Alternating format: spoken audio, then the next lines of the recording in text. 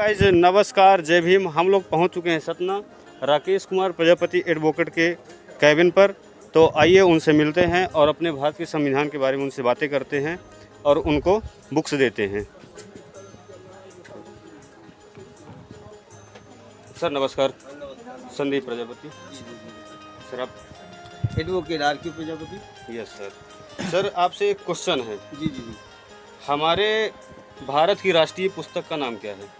हमारे भारत की राष्ट्रीय पुस्तक का नाम है इंडियन कॉन्स्टिट्यूशन, भारतीय संविधान। Yes sir. जिससे पूरा देश संचालन होता है, पूरे देश की समाजी व्यवस्था संचालन होती है और जिससे हमको सभी मौलिक अधिकार प्रदान हुए हैं। Yes sir. अब और आगे आप क्या पूछना चाहेंगे? सर संविधान के पहले हमारे देश में नारियों की क्या स्थिति थी, क्या उसके बारे में थोड़ी बताना चाहेंगे हमारे गाइड में?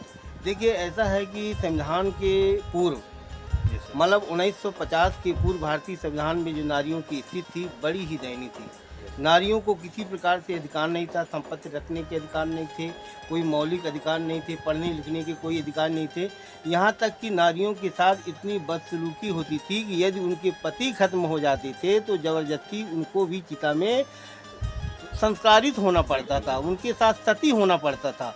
और जब पति खत्म हो जाते थे तो उन औरतों को मुंडन कराना पड़ता था।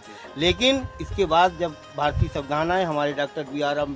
अम्बेडकर साहब ने भारत को संविधान दिया, मौलिक अधिकार प्रदान किया, जिनके उनको स्वतंत्रता, समानता, भाईचारा, नारियों को पढ़ने लिखने के अधिकार प्राप्त हुए और शिक्षा दीक्षा मिली और समान अवसर मिले।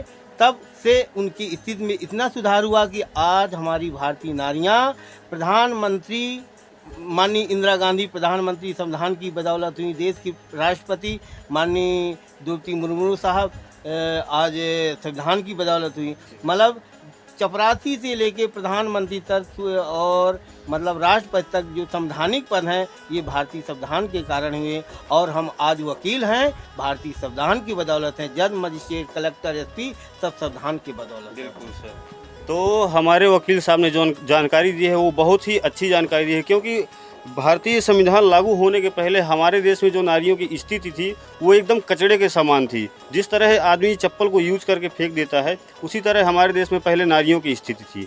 तो सर आपने बहुत अच्छी जानकारी दी। सर ये है संविधान की बुक। Thank you. ये हमारे डॉक्टर बी.आर. अम्बेडकर द्वारा राइट की गई ओरिजिनल बुक है। जी। Yes sir.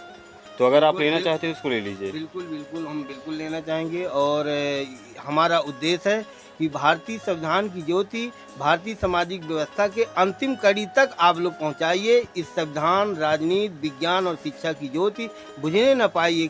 कदम से कदम मिला के आप गांव-गांव तक जाइए और भारतीय संविधान की ज्योति बताइए। भारतीय संविधान ही हमारा प्राण है। जिस दिन भारतीय संविधान नहीं रहेगा हम लोगों के मौलिक अधिकार छिन जाएंगे। भारतीय संविधान की बदौलत आज हम इस चेयर पे बैठे हैं, अब हम एडवोकेट की सीट पे बैठे हैं। भारतीय संविधान की बदौलत जज, मजिस्ट्रेट, कलेक्टर, एसपी सब होते हैं।